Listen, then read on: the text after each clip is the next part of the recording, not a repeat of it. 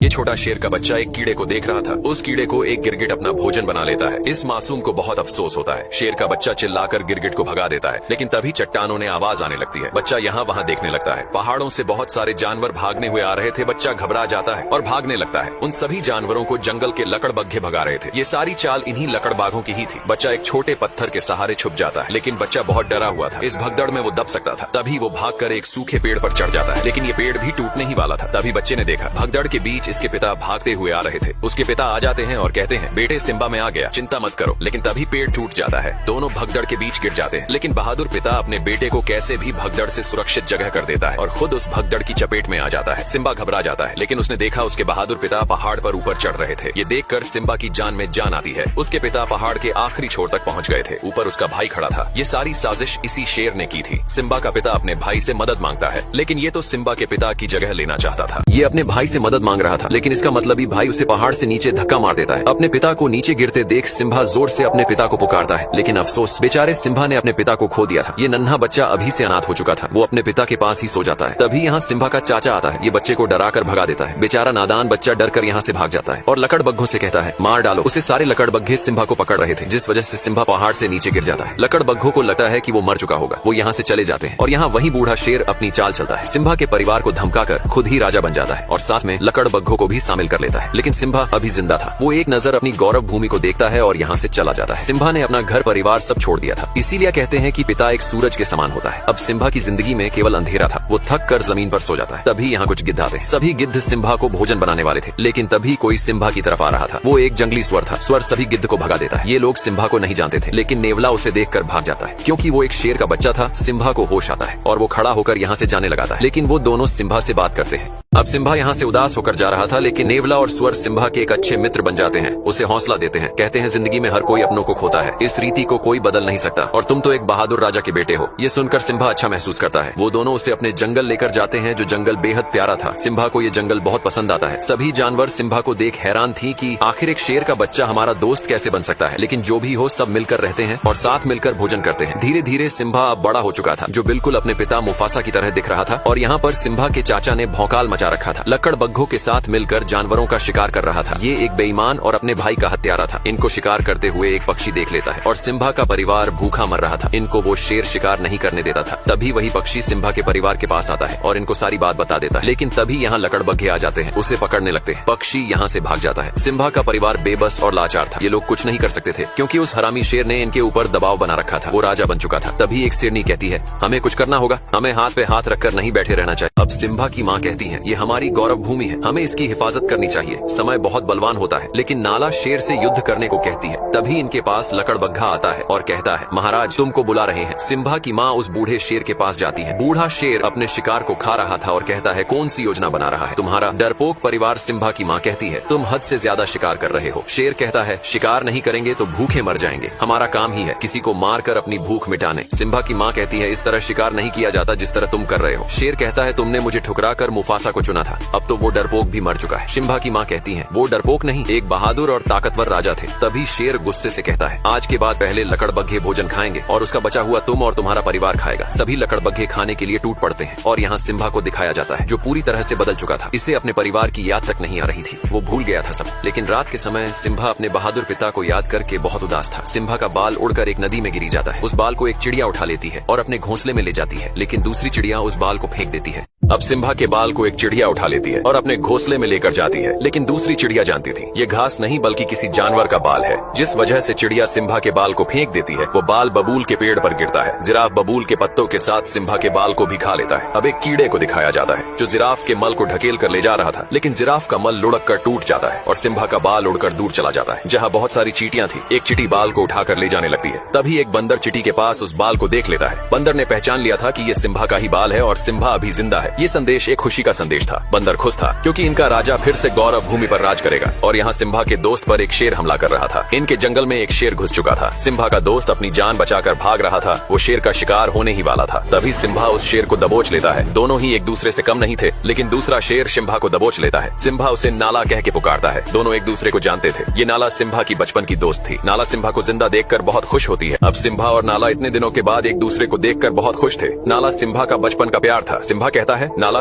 इस जंगल में तुम्हें बहुत अच्छा लगेगा, यहाँ सुकून है। नाला कहती है, सिम्बा तुम्हें अपने घर चलना होगा, उस बूढ़े शेर ने हमारी गौरव भूमि बर्बाद कर दी है, तुम हमारे राजा हो, सब तुम्हें देखकर बहुत खुश होंगे। सिम्बा कहता है, मुझे कहीं नहीं जाना, मेरा यही घर है, तुम भी यही रुक जाओ, इस जगह तुम्हें बहुत अच्छा लगेगा। सिम्बा नाला को पूरा सुंदर जंगल घुमाता है, दोनों बहुत मस्ती करते हैं। ये जगह नाला को बहुत पसंद आती है क्योंकि इस जंगल में सचमुच सुकून था। दोनों इस पल को जी भर के जीते हैं। तभी नाला कहती है, सिम्बा अगर तुम जिंदा थे तो तुम घर क्यों नहीं आए? उस बूढ़े शेर ने पूरी गौरव भूमि तबाह कर दी है, हमें कई दिन भूखे भी सोना पड़ता है। लेकिन सिम्बा कहता है, मुझे इससे कोई मतलब नहीं है, अब यही मेरा घर है, मैं इसे छोड़कर नहीं जा सकता। सिम्बा बहुत बदल चुका था, वो भूल चुका था अपने लोगों को। नाला कहती है, कैसे शेर हो तुम, तुम्हारे पिता और तुम में जमीन आसमान का फर्क है, तुम एक कायर हो, डरपोक हो। इतना बोलकर नाला यहाँ से चली जाती है। अब सिम्बा रात के समय जंगल में उदास घूम रहा था, तभी वही बंदर सिम्बा के पास आता है और कहता है, सिम्बा पहचानो खुद को कि तुम कौन हो। सिम्बा बंदर की बात को अनसुना करके जाने लगता है। अब सिम्बा अपने घर जाने से मना कर देता है क्योंकि सिम्बा का अब से यही घर था। नाला कहती है, सिम्बा हमें तुमसे उम्मीद थी कि तुम हमारी और गौरव भूमि की रक्षा करोगे, लेकिन तुम तो डरपोक और बुजदिल निकले। इतना बोलकर नाला यहाँ से चली जाती है, लेकिन सिम्बा को कोई फर्क नहीं पड़ रहा था। अब सिम्बा उदास होकर जा रहा था, तभी इसे वही बंदर मिलता है। सिम्बा उस बंदर को नहीं जानता था, लेकिन बंदर सिम्बा और उसके पूरे परिवार को जानता था। बंदर सिम्बा के पास आकर कहता है, सिम्बा पहचानो तुम कौन हो। लेकिन सिम्बा उसकी बातों को इग्नोर करके जा रहा था। तभी बंदर कहता है, मैंने मुफासा के बेटे को गोद में खिलाया है। इतना सुनते सिम्बा रुक जाता है और कहता है, तुम मेरे पिता को कैसे जानते हो? बंदर कहता है, तुम्हारे बहादुर पिता को कौन नहीं जानता, मैं तुम्हें तुम्हारे पिता से मिलवा सकता हूँ। सिम्बा बंदर के पीछे पीछे भाग रहा था। सिम्बा को लग रहा था कि उसके पिता जिंदा है, लेकिन बंदर सिम्बा को एक नदी के पास लाता है और कहता है, देखो अपने पिता को। सिम्बा पानी में अपने चेहरे में पिता का चेहरा देखता है। बंदर कहता है, तुम्हारे पिता तुम्हारे अंदर है। तभी सिम्बा को आसमान से आवाज आती है, वो इसके पिता थे। वो कहते हैं, बेटा सिम्बा तुम एक शेर हो और शुरू से ही शेर जंगल का राजा रहा है। इतनी बातें सुनने के बाद सिम्बा में अपने पिता की ताकत और वो जोश महसूस हो रहा था और निकल पड़ता है।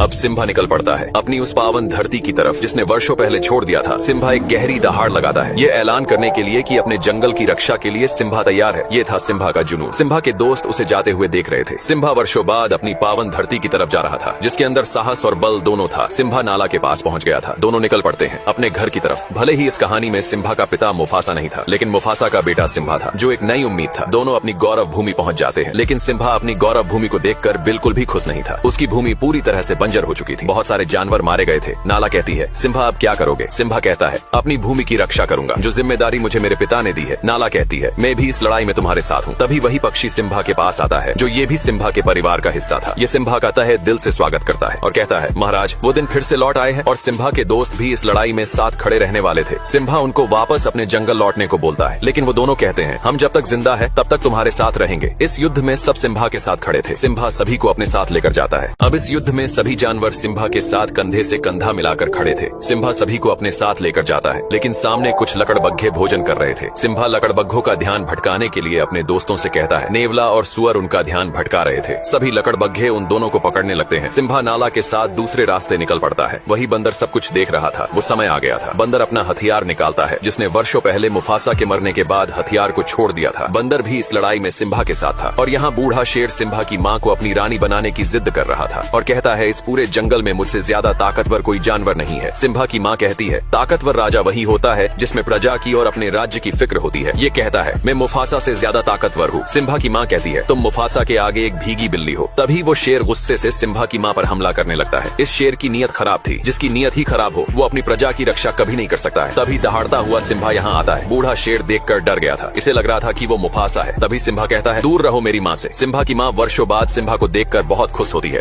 अब सिम्बा दहाड़ता हुआ यहाँ आता है। बूढ़ा शेर उसे देखकर डर गया था। इसे लग रहा था कि वो मुफासा होगा। सिम्बा कहता है, दूर रहो मेरी माँ से। सिम्बा की माँ वर्षों बाद सिम्बा को देखकर बहुत खुश थी। जो दिया वर्षों पहले बुझ गया था वो फिर एक नई रोशनी लेकर आया था। बूढ़ा शेर कहता है, भतीजे तुझे जिंदा देखकर बहुत खुशी हुई। सिम्बा कहता है, कोई एक वजह बताओ चाचा कि तुम्हें जिंदा छोड़ दूं। बूढ़ा शेर कहता है, ये मत भूलो तुम जंगल के राजा के सामने खड़े हो। तभी नाला कहती है, अब से हमारा राजा सिम्बा है, उसके लिए हमें भले ही युद्ध ही क्यों न करना पड़े। सिम्बा का परिवार भी युद्ध के लिए तैयार था। सिम्बा कहता है, हार मान लो चाचा। बूढ़ा शेर कहता है, मैं नहीं चाहता कि मेरे हाथ हो, तुम सब मारे जाओ। तुम सब मेरा परिवार हो और क्या तुम सबको पता है तुम्हारे इस सिम्बा ने क्या किया है भतीजे? तुमने इनको बताया नहीं कि तुम अपने पिता मुफासा के हत्यारे हो। अपना गुनाह कबूल करो और बताओ सबको कि तुम्हारी वजह से हमारे महान राजा मारे गए। सिम्बा का पूरा परिवार सिम्बा को देख रहा था। तभी सिम्बा कहता है, हाँ मेरी वजह से मारे गए थे मेरे पिता। तभी बूढ़ा शेर कहता है, आखिर कर लिया कबूल, हत्यारा है ये अपने पिता का, इसी की वजह से आज महाराज हमारे बीच नहीं रहे। ये क्या राजा बनेगा जिसने अपने पिता को ही निगल लिया। बूढ़ा शेर सिम्बा की बातों को दबाता हुआ उसे पीछे लेकर जा रहा था। सिम्बा घबरा गया था और कहता है, मैं राजा नहीं बनूंगा। अब बूढ़ा शेर सिम्बा की बातों को दबाते हुए उसे पीछे लेकर जा रहा था और जोर से चिल्लाकर कहता है, झुकाओ अपने सर को। तभी सिम्बा का पैर फिसल जाता है। सिम्बा चट्टान पर लटका हुआ था। यहाँ जोर की बिजली कड़कती है। ये वो आखिरी पल था जिसमें एक पापी का अंत तय था। बूढ़ा शेर कहता है, ये नजारा मैंने वर्षों पहले देखा था, बिल्कुल तुम्हारी तरह ही मुफासा ने मेरी आंखों में देखा था। बूढ़ा शेर उछलकर सिम्बा के पंजों को दबा लेता है और कहता है, एक राज की बात बताऊं भतीजे, तेरे बाप मुफासा को मैंने ही मारा था। इतनी बात सुनते ही सिम्बा अपने पिता के उस दुख भरे पल को याद करने लगता है। तभी सिम्बा जबड़े से उसके बाल पकड़कर ऊपर आ जाता है और चिल्लाकर कहता है, कैसे भाई हो तुम, अपने सगे भाई की ही हत्या कर दी। बूढ़ा शेर कहता है, ये झूठा बोल रहा है, इसकी बात मत सुनो। तभी सिम्बा की माँ कहती है, तुमने मुफासा को नहीं मारा तो उनकी आंखों में कैसे देखा। बूढ़े शेर का अंतिम समय आ चुका था। तभी बूढ़ा शेर लकड़बग्घों से कहता है, मार डालो सबको। सभी लकड़बग्घे सिम्बा के ऊपर टूट पड़ते हैं, लेकिन सिम्बा सभी लकड़बग्घों को जबड़े से दबाकर फेंक रहा था। नाला अपने परिवार को हमला करने को कहती है। सिम्बा का पूरा परिवार लकड़बग्घों पर टूट पड़ता है। ये था एक भीषण युद्ध जो सत्य और असत्य के बीच हो रहा था। सभी लकड़बग्घे सिम्बा को नोच रहे थे। अब सभी लकड़बग्घे सिम्बा को गिराकर नोचने लगते हैं। नाला ये देखते हैं, दौड़ पड़ती है। ये था नाला का अपने प्यार के प्रति लगाव, और सिम्बा के दोनों दोस्त भी इस लड़ाई में शामिल थे। इनको लकड़बग्घे चारों तरफ से घेर लेते हैं। जंगली स्वर हमेशा से लकड़बग्घों से डरता रहा है, लेकिन आज स्वर ने कमाल कर दिया था। स्वर दौड़ा दौड़ा कर सभी लकड़बग्घों मार रहा था। अब नाला का सामना लकड़बग्घों की सरदार से होता है। दोनों एक दूसरे के सामने थे, लेकिन नाला अब बड़ी हो चुकी थी। वो लकड़बग्घों की सरदार से भिड़ जाती है और वो बूढ़ा बंदर भी उस हथियार को मैदान में लेकर उतर जाता है। सभी लकड़बग्घों की नानी याद दिला रहा था। सिम्बा का परिवार और उसके दोस्त अपनी गौरव भूमि की रक्षा के लिए लड़ रहे थे। नाला भी लकड़बग्घों की सरदार को मार गिराती है। शुरू से ही सत्य की हमेशा जीत होती आई है। आज भी सत्य की ही जीत होने वाली थी। बूढ़े शेर का अंतिम समय आ चुका था, भर चुका था। इसके पाप का घड़ा सभी लकड़बग्घे मैदान छोड़कर भाग रहे थे। सिम्बा ने देखा बूढ़ा शेर भी यहाँ से भाग रहा था। सिम्बा अपने चाचा का पीछा करता है। बूढ़ा शेर चाह के भी खुद को बचा नहीं सकता था। उसके आगे खाई थी और पीछे सिम्बा खड़ा था। सिम्बा कहता है, अब कहा भाग कर जाओगे चाचा। बूढ़ा शेर कहता है, सिम्बा मुझे माफ कर दो। सिम्बा कहता है, इतनी बड़ी गलती के बाद तुम्हें कौन माफ करेगा। अब बूढ़े शेर की अंतिम घड़ी आ चुकी थी। आखिर एक न एक दिन पाप का घड़ा भर ही जाता है। बूढ़ा शेर कहता है, ये सब लकड़बग्घों की चाल थी। लकड़बग्घे बूढ़े शेर की बात सुन लेते हैं। बूढ़ा शेर सिम्बा से एक जिंदगी मांग रहा था। सिम्बा कहता है, पाप की कोई माफी नहीं होती। बूढ़ा शेर कहता है, सिम्बा तुम अपने सगे चाचा को मारोगे। सिम्बा कहता है, चाचा मैं तुम्हारी तरह बिल्कुल भी नहीं हूँ। बूढ़ा शेर ये सुनकर बहुत खुश होता है और कहता है, बताइए महाराज मुझे क्या करना होगा। सिम्बा कहता है, भाग जाओ इस पवित्र धरती से, दोबारा फिर कभी लौटा कर मत आना। बूढ़ा शेर यहाँ से जाने लगता है और तभी धोखे से सिम्बा पर हमला कर देता है। एक पापी को कितने भी नेकी के रास्ते ही क्यों न दिखाए जाए, वो फिर भी पाप के रास्ते पर ही चलता है। बूढ़ा शेर चट्टान ने नीचे गिर जाता है। सिम्बा को भी अपने चाचा के मरने का दुख था, लेकिन बूढ़ा शेर अभी जिंदा था। शायद इसकी मौत सिम्बा के हाथों नहीं बल्कि लकड़बग्घों के हाथों लिखी थी। बूढ़े शेर को सभी लकड़बग्घे घेर लेते हैं। बूढ़ा शेर कहता है, मेरे साथियों हम फिर से एक नया साम्राज्य खड़ा करेंगे। लकड़बग्घे कहते हैं, तू एक बिन पैनी का लौटा है, हमने तेरा हमेशा साथ दिया और तूने हमें ही गलत ठहराया। बूढ़ा शेर कहता है, मैंने सिम्बा से झूठ बोला था। तभी एक लकड़बग्घा कहता है, स्कार तूने अपना जिंदगी में कभी सच बोला ही नहीं। लकड़बग्घों की आंखें खुल चुकी थी। सभी लकड़बग्घे बूढ़े शेर पर टूट पड़ते हैं। ये था एक बुराई का अंत। इस लड़ाई में फिर से अच्छाई की ही जीत हुई थी। अब सिम्बा अपने परिवार से मिलता है। सिम्बा का परिवार फिर से एक जीती जागती जिंदगी जीने वाला था। सिम्बा उस बंदर से भी मिलता है जिसने सिम्बा को हौसला दिया, उसे उसकी पहचान बताई। आखिर एक सच्चा राजा वही होता है जिसमें अपने प्रजा और गौरव भूमि की फिक्र हो। ये सब सिम्बा के अंदर था। वो एक वीर सम्राट था, एक वीर योद्धा था और इस गौरव भूमि का एक राजा भी था। सिम्बा के राजा बनने से सभी जानवर बहुत खुश थे। जिस जिंदगी को डर कर जिया करते थे, अब उस जिंदगी को खुलकर जीने का समय आ गया था। सिम्बा और नाला के प्यार से एक प्यारा बच्चा हुआ। सिम्बा के बाद इस गौरव भूमि की रक्षा करने वाला सम्राट। ये स्टोरी यहीं पर समाप्त होती है। फिर से लौटेंगे ऐसी ही एक मुफासा की बचपन की